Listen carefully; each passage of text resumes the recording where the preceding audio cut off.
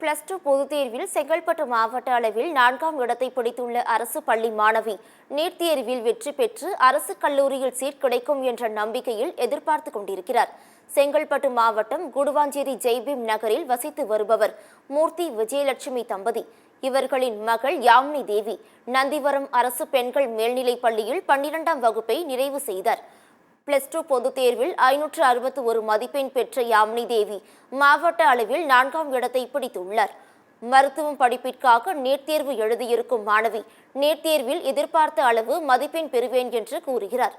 அரசு மருத்துவக் கல்லூரியில் மருத்துவம் படிக்க அரசு உதவ வேண்டும் என மாணவி கோரிக்கை விடுத்துள்ளார். தனியார் கல்லூரியில் சீட் கிடைத்தால் கார்பெண்டரான தனது தந்தையால் படிக்க வைக்க முடியாது என்று கூறும் அந்த மாணவி அரசு மருத்துவக் கல்லூரியில் சீட் கிடைக்கும் என்ற நம்பிக்கையில் எதிர்பார்த்து கொண்டிருக்கிறார். எனக்கு மருத்துவம் படிக்கணும்னு நான் ஆசைப்படுறேன். தனியார் மருத்துவக் கல்லூரியில் சீட்டு கிடைச்சா படிக்க வைக்கிற அளவுக்கு எங்கள் வீட்டில் வசதி இல்லை.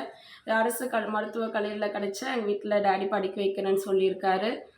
எங்கள் டேடி கார்பெண்டர் வேலை செய்கிறாரு. அவர் தினமும் வேலைக்கு போயிட்டு வந்தால் தான் எங்கள் வீட்டில் எங்கள் ஃபேமிலியை ரன் பண்ண முடியும். எங்கள் வீட்டில் நானும் என் தங்கச்சி 2 பேர் இருக்கோம். நான் தான் எங்கள் வீட்டில் முதல் பட்டதாரி. நான் இப்போ படிக்கணும்னா எனக்கு அரசு கல்லூரியில் சீட்டு கிடைச்சாதான் என்னால் படிக்க முடியும். முதலமைச்சர் ஐயாவுக்கு நான் என்ன கோரிக்கை வைக்கிறேன்னா, என்ன மாதிரி நல்லா படிக்கிற மாணவர்களுக்கு அரசு மருத்துவக் கல்லூரியில் சீட்டு கிடைக்க வழிவகை செய்யணும்னு நான் கேட்டுக்கிறேன். 12ஆம் வகுப்பில் செங்கல்பட்டு மாவட்ட அளவில் 4ஆம் இடத்தை பெற்றிருக்காங்க. அவங்களுக்கு மருத்துவம் படிப்பதற்கு ஆசை.